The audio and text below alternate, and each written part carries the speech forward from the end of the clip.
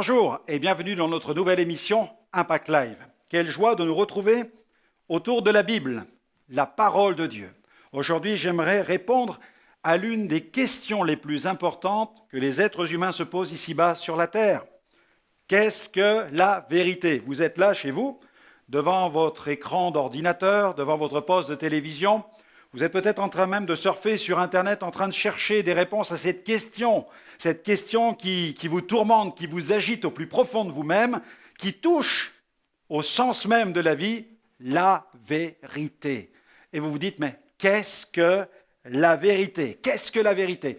C'est cette question qu'un jour un homme s'est posée alors qu'il se trouvait en présence même de Jésus. J'aimerais lire un passage qui se trouve dans l'évangile de Jean au chapitre 18.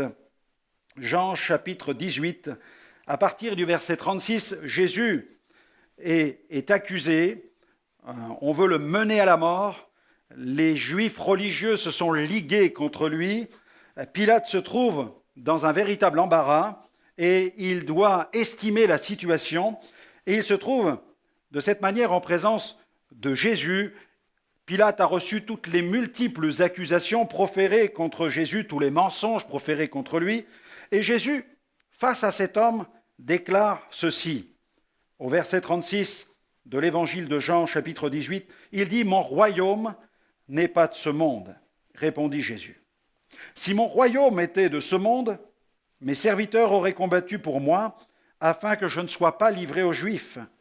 Mais maintenant, mon royaume n'est point d'ici-bas. » Pilate lui dit, « Tu es donc roi ?» Jésus répondit, « Tu le dis, je suis roi. Je suis né et je suis venu dans le monde pour rendre témoignage à la vérité. Quiconque est de la vérité, écoute ma voix. » Notez bien cette déclaration de Jésus.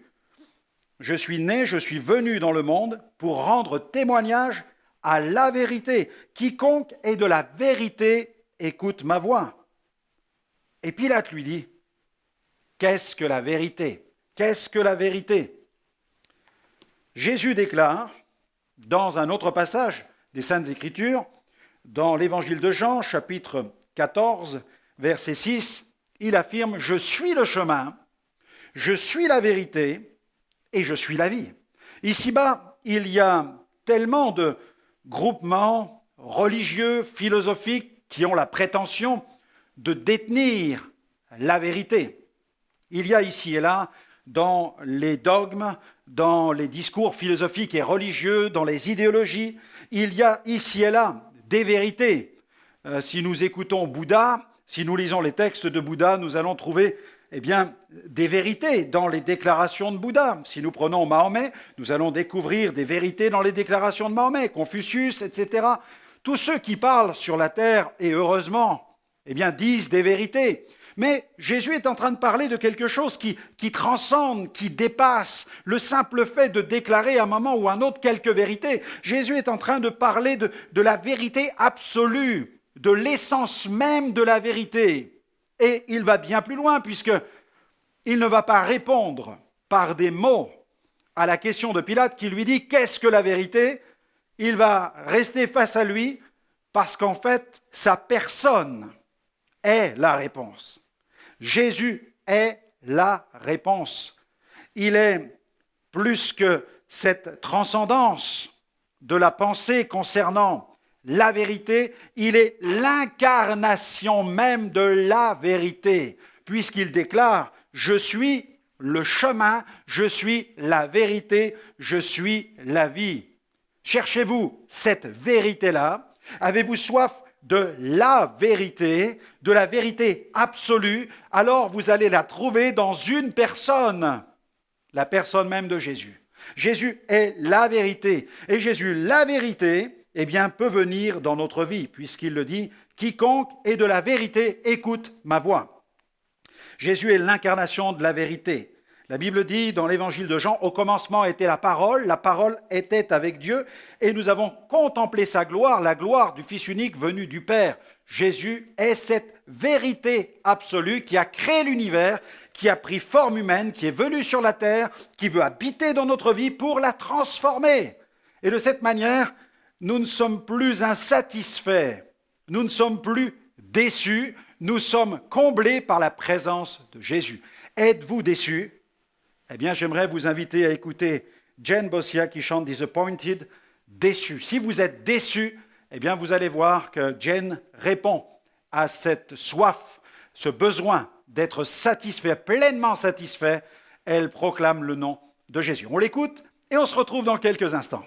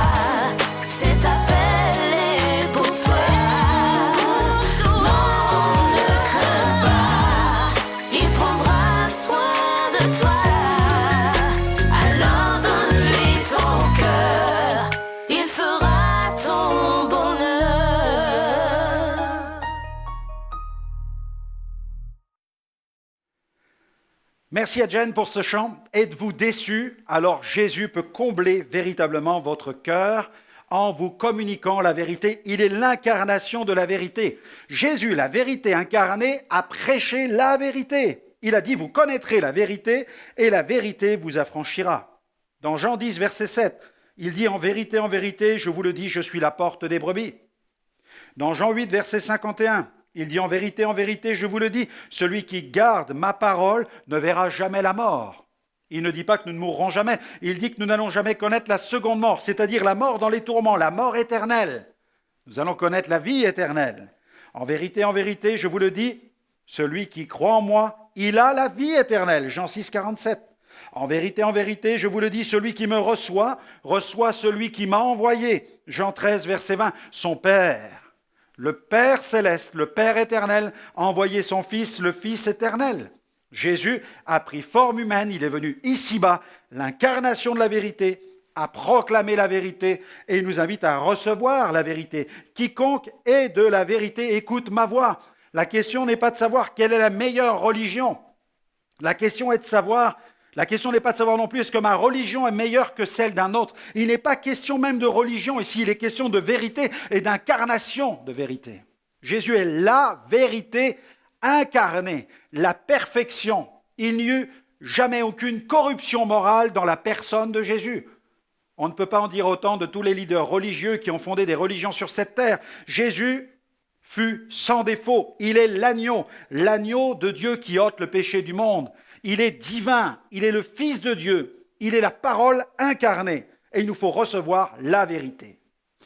Obéir à la vérité ensuite. Non seulement la recevoir le message de Jésus qui disait « repentez-vous », c'est-à-dire changez votre mentalité, convertissez-vous, c'est-à-dire tournez-vous vers Dieu et vous recevrez le don du Saint-Esprit. Lorsque nous coupons avec le péché et que nous nous tournons vers Dieu, Dieu nous envoie la présence de son Esprit. L'Esprit en nous va transformer notre existence.